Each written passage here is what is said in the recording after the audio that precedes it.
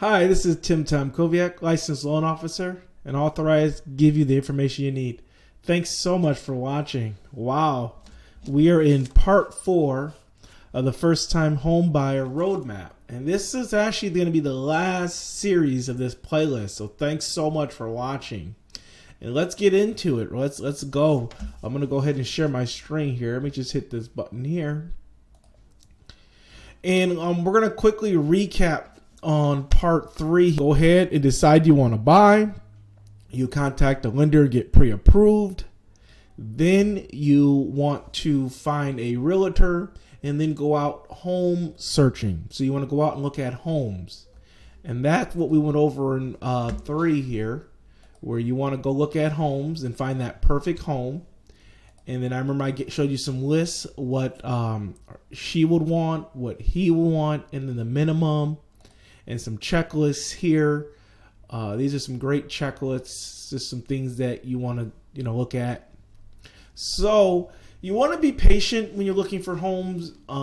You have to note that when you're looking at a home, and you like it, you have to assume other people like it. So sometimes you don't get your first offer accepted, and it can be a little discouraging. So just put in multiple offers, be picky, and find the home you want. But after you find that home that you like, you and the realtor should discuss putting in an offer. So that's step 9. You go ahead and put in an offer. And if your offer gets accepted, so the sellers agree to sell the home to you for what you offered, now they call that a purchase contract, or PA. And then now you would be under contract. And I'm going to go ahead and read this slide here. Start at the top right here. It says, I'm going to go ahead and read this top part here. We are almost there in achieving the dream of owning a home. Once you find a home you love, then you are ready to submit an offer. First, your real estate agent will look up pending closing sales and similar homes in the area to help you determine what the price should be offered so you don't overpay. Very important. Very important. Next, you need to figure out what a closing date and whether you should ask the seller to pay for all your closing costs. So you can ask the seller to pay some of your closing costs. So that's something you and the realtor could talk about too. So you put in an offer, and let's just say the offer is accepted. So you put in an offer and they say yes. Woo, we're almost there. The next thing is you want a home inspection. That's what you want. The typical home inspection lasts 2 to 3 hours, and you should be present to ask questions, go over the home and the inspection findings. So what a home inspection is that someone you hire. It doesn't have to be necessary, but it's highly recommended. So after they agree to sell the home to you, the realtor or you could find a home inspector. The home inspector is going to come out and look at everything, like the foundation, the roof, appliances, electrical, plumbing, check out everything, and then let you know, where you stand, and let you know if there's any issues. Now, a good inspector, if he finds like mold or something, or finds something that could be a deal breaker, like a foundation issue, he'll come to you and say, hey, do you want me to continue? I found this. This needs to be repaired. And just so you know, you have a couple of options. So you can either back out of it where you don't buy the home. You can say something like, upon inspector is not satisfactory. Or you can ask the seller to lower the price or fix it. And that's something you would discuss with your realtor. So whether a problem or an issue or any defects, that's what the inspector do. Because it's very important to know what you're getting into. It's nothing like buying something and then you find out it just has a ton of problems. So home inspection. And after that, after the inspection, now you want to secure the mortgage. So the lender that gave you the pre-approval letter, you're going to go back to, and now you're going to show them that you have a purchase contract and you're ready to buy. And the purchase contract is going to have a closing date on it. So that's the date that you're going to sign all your papers and wrap everything up and own your home. So very, very important there. And let's talk about what you're going to need when you come back with that signed contract. And then note this, you are kind of on a hurry at this point because most people want to close in 21 days, 30 days, 31 days. So you want to contact that pre-approval and say, hey, I found a home. We're going to close on this date.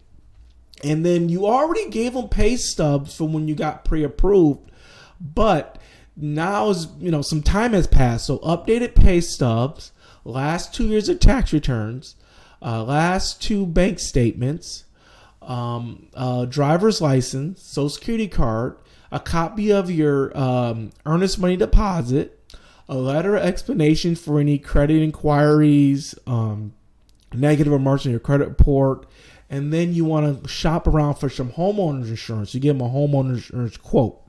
So that's the step.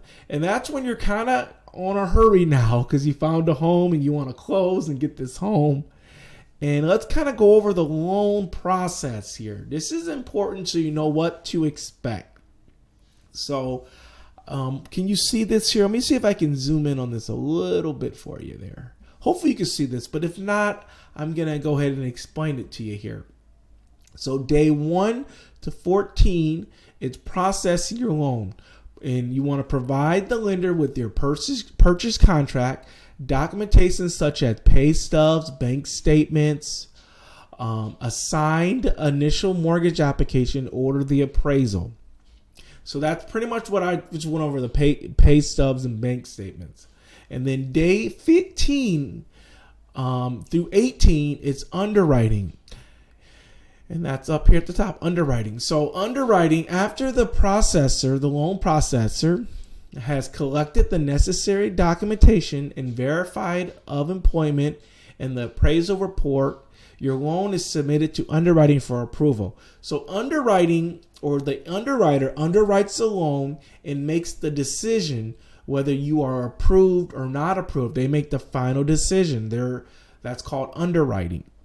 And then day 19 to 21, you clear conditions. So the way it works is that underwriting goes ahead and reviews your bank statements, everything you initially submitted. Then the underwriter looks at it, makes a decision, says approved, and then they add something we call conditions. Conditions would be, we need last year's pay stub, or we need this. They always add 3 or 4 conditions. So once your loan is cleared conditions, you have to, submit a few more things to clear those conditions. So you clear the conditions and then you resubmit it back to underwriting for a clear to close. So, and then what you do, gate 22 to 25, you want to review your closing disclosure. A closing disclosure is your final document that you're going to see at the closing table. It's going to show your costs, how much cash to close you're going to pay out of pocket. And that's called your CD. And the closing disclosure has to come out at least 3 days to closing. So the faster we can get your closing disclosure out, the faster you can close. And then day 30, I messed up here. Day 30, on the bottom right here, is the closing. And let's just talk about the closing here. Let me just back out of it real quick. Oops, I'm really messing up here. Let's see here. Okay, closing. Now, closing is the exciting time, and it could be a stressful time. And let's go through this.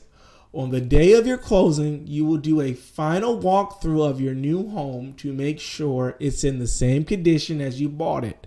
Now, when I bought my home, there were a few things that the seller had to fix for us. My realtor said, hey, based on the inspection, we want this and this done. And I honestly didn't look at everything. I just kind of walked in the home and my realtor told me it was all done. And I said, okay, good. And then I went there and signed a bunch of papers. Also, the home should be swept, broom, and clear of all furniture and unwanted items. Next, your real estate agent will review and explain all your closing paperwork, and you will sign all your mortgage documents, and you will provide a check for your down payment and closing costs. So that's where you get your cashier check. You give that to him, and then you get the keys. Yep, get the keys. You own the home.